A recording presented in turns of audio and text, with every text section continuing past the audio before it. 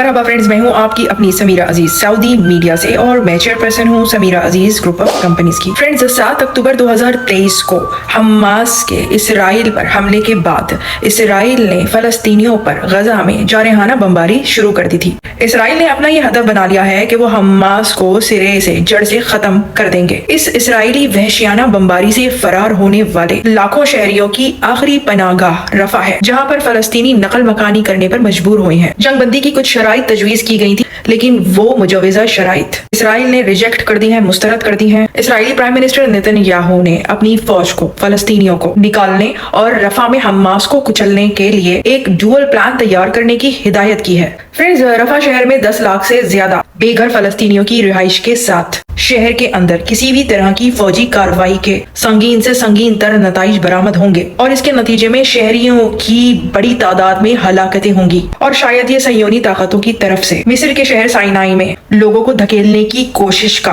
आखिरी धक्का भी साबित हो सकता है। फ्रेंड्स, जजीरा नुमा साइनाई मिस्र का एक हिस्सा है और ये आर्जी तौर पर 1956 से 1957 तक इसराइल के कंट्रोल में भी रहा था और फिर ये दोबारा भी 1967 से 1982 तक इसराइल के कंट्रोल में रहा, जब इसराइल ने जजीरा नुमा सिनाई में गजा के शहरी आबादी को वहां दोबारा आबाद करने पर मुख्तसरन गौर किया तो उसे मिस्र ने सख्त रद्द अमल के साथ मुस्तरद किया। इजिप्ट का ये कहना था कि अगर इसराइल ऐसा कोई इकदाम करना चाहता है तो इसराइल को अपनी ही हुदूद में रहते हुए सहराई नेगेव डेजर्ट को इस्तेमाल करना चाहिए। अगर इन तारीखी हकाइक को देखते हुए इसराइल कुछ ऐसा कदम करने का इरादा रखता है तो इस बात का संगीन खदशा नजर आता है कि वो फलस्तीनी पनाह गुज़ीन जो गजा छोड़ चुके हैं वो फिर कभी गजा वापस जा नहीं सकेंगे।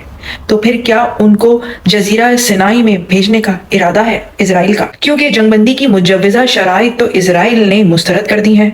रफा वो इलाका है जो फलस्तीनी पनाह गुज़ीनों की आखिरी पनाहगाह है और वहां पर इसराइली हमला इंतहाई खतरनाक साबित हो सकता है। फ्रेंड्स, इसराइल की जानिब से जो मुआहिदा रिफ्यूज किया गया है उस मुआहिदे के ज़ामिन थे मिस्र, कतर, तुर्की, रूस और यूनाइटेड नेशंस। हमास की जानिब से भी तजवीज करदा एक वसी फहरिस्त पेश की गई थी। अगर इसराइल हमास की जानिब से तजवीज करदा वो मुतालबा तस्लीम कर लेता या आगे बातचीत जारी रखता तो अमन की कोई राह निकल सकती थी, मगर इसराइल अब फलस्तीनियों को रफा से निकालने और हमास के ब्रिगेड्स को रफा में कुचलने के लिए दोहरे मंसूबे की तैयारी कर रहा है। इसराइल मुस्तकिल मसला फलस्तीन के 2 स्टेट सॉल्यूशन यानी कि 2 रियासती हल को मुस्तरद करता आ रहा है। यहाँ मैं एक और भी पॉइंट बावर करवाना जरूरी समझती हूँ कि सऊदी अरेबिया के बारे में भी बेशुमार अफवाहें फैलाई जाती रही हैं कि सऊदी अरेबिया ने इसराइल को कबूल कर लिया है वगैरह वगैरह, लेकिन मैं आपको ये बता दूं कि सऊदी अरेबिया ने 2 टोक अल्फाज में ये बता दिया है और हमेशा बताया है कि फलस्तीनी रियासत के बगैर इसराइल से सिफारती ताल्लुकात कायम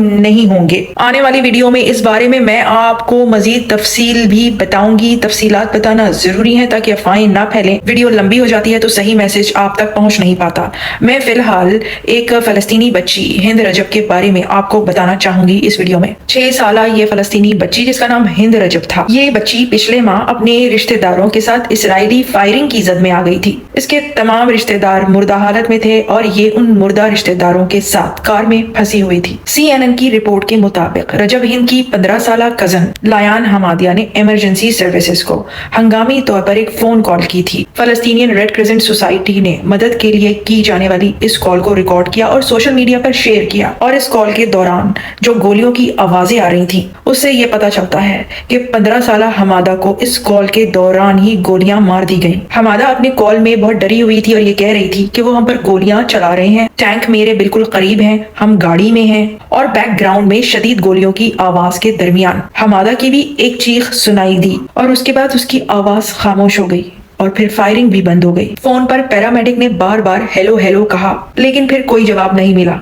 ऐसे में हिंद रजब एक अकेली तन्हा बच्ची रह गई थी जो अपने इन तमाम रिश्तेदारों की लाशों के साथ कार में जिंदा बची थी। वो बहुत खौफजदा थी। उसने मदद के लिए पुकारा। वो कह रही थी कि आओ मुझे ले जाओ, क्या आप मुझे आकर ले जाएंगे? मैं बहुत डर रही हूँ, प्लीज आ जाएं। 6 साला हिंद रजब को बचाने के लिए एम्बुलेंस भेजी गई थी। मदद के लिए फोन कॉल मौसूल होने के बाद तिब्बी अमले ने इसराइली फौज से बाकायदा हिंद रजब की मदद के लिए वहां तक पहुंचने का इजाजतनामा लिया था। फलस्तीनियन हिलाल अहमर सोसाइटी का ये कहना है कि इसराइली फौज ने जानबूझकर तिब्बी अमले के उन 2 मेंबर्स को भी कत्ल कर दिया जो हिंद रजब को बचाने गए थे। तिब्बी अमले के उन 2 अराकीन की लाशें भी मिल गई हैं और हिंद रजब समेत उसके 5 रिश्तेदारों की लाशें भी वहीं पर पाई गई हैं। तो शहरी इस तरह से निशाना बन रहे हैं। हिंद रजब की वालदा जिंदा है और उन्होंने ये बताया कि हिंद रजब डॉक्टर बनना चाहती थी ताकि गजा के शहरियों की मदद कर सके, उनका इलाज कर सके। और ये उस तबाहशुदा एम्बुलेंस की तस्वीर है जो हिंद रजब को बचाने के लिए गई थी। इजरायली फौज ने एम्बुलेंस पर बमबारी की थी। एम्बुलेंस में मौजूद तिब्बी अमले ने अपनी आखिरी कॉल पे ये बात बताई थी कि फौजी उन पर लेजर से निशाना बांध रहे हैं। जी जनाब, मैं फिर आऊंगी, फिर मिलूंगी किसी नई अच्छी सी वीडियो के साथ, मालूमात के साथ। सो टिल देन, माअस्सलामा, बाय बाय।